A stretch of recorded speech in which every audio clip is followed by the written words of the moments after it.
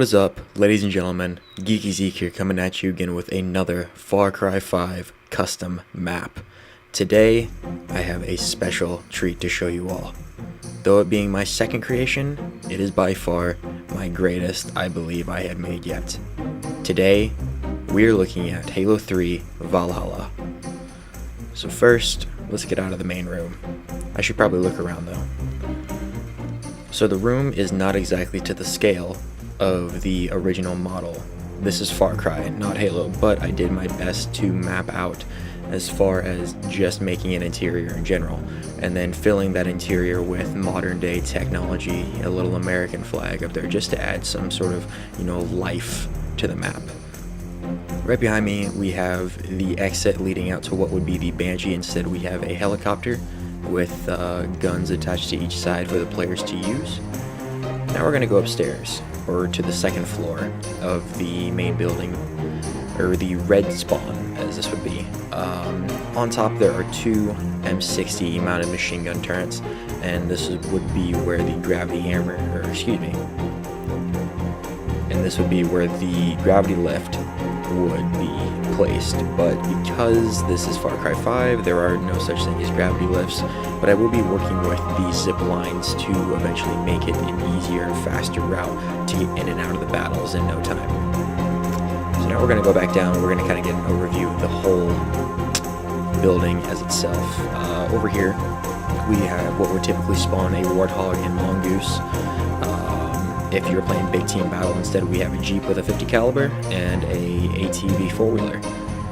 And then for a little fun extra battle carnage, we have a mortar placement, which is perfectly ranged down towards the center of the map and the opposing team's base.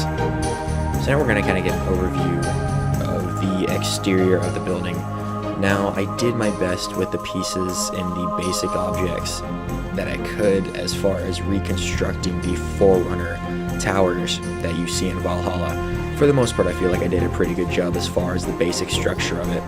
It kind of gives that Halo Combat Evolve-esque look with the different triangles and multiple squares.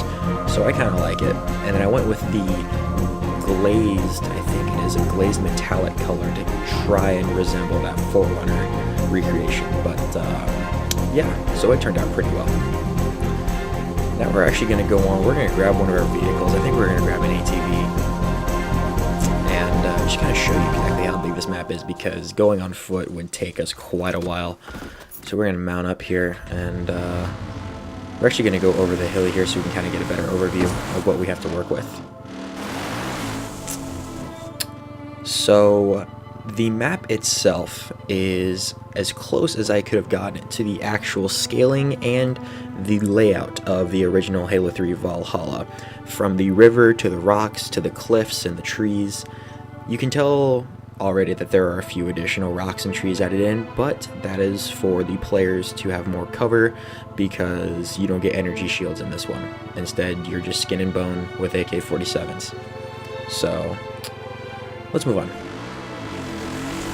Over here we have one of the two caves that would be in. This is Red Den, which will take us, if we go straight through, take us to our very familiar site, the Pelican, or what is now a Black Hawk that has crashed, landed in the snowy part of the canvas.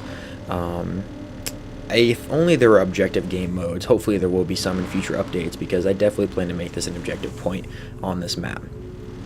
But at this point we have one of the notorious spots on Valhalla. This is actually where most of your firefights would ensue when it comes to a team deathmatch point.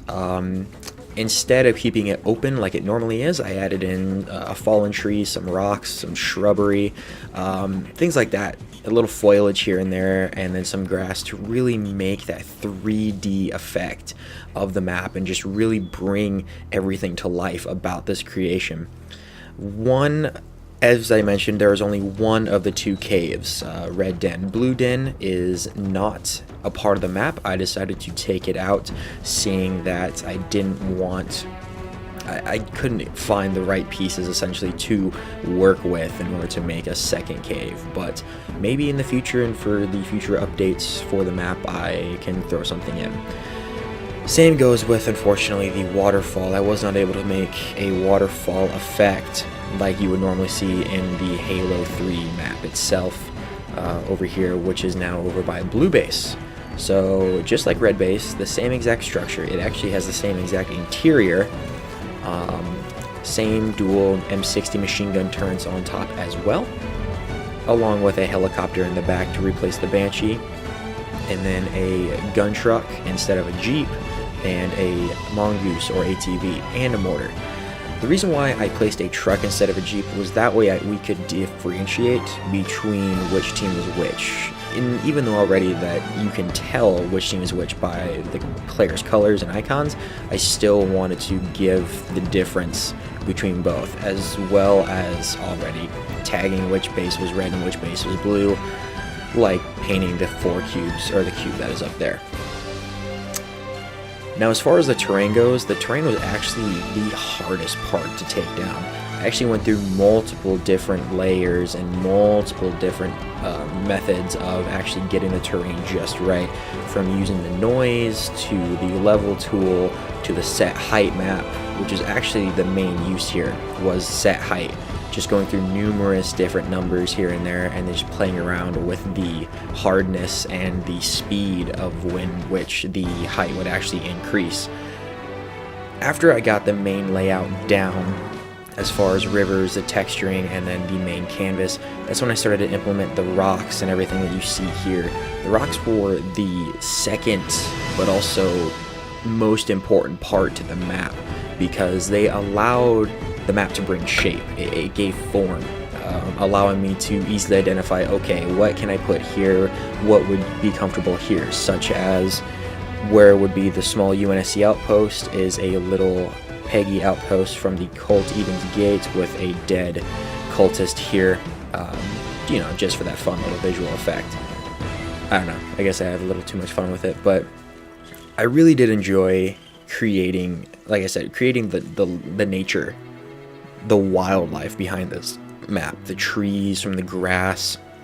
Again, it brings the map to a state of life that you really just want to take it all in and kind of just stay here and stay on the map and just look around. Now, this is a multiplayer map on Xbox One X. I want to mention that before it's too late. So, unfortunately for all you PS4 and PC players, I do apologize, but this is Xbox One X only. Like I said, though, this is a multiplayer map as well for the 6v6 team deathmatch. First team to 75 points in 10 minutes wins the game. The spawn points are pretty well set up. Main teams, red and blue, spawn near their base, not on top. That way it gives them both sort of a delay head start to the vehicles.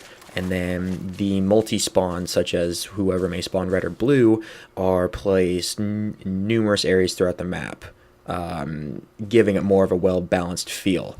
So, like I said, this was yet by far one of my largest, and to me, if I can get up the hill here.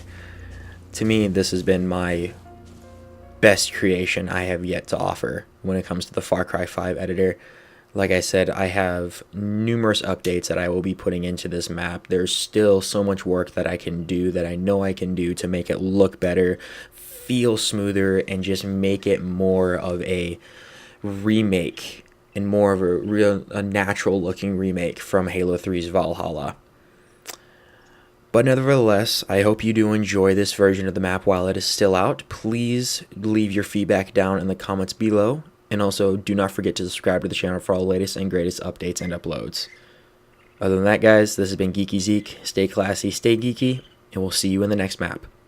Later.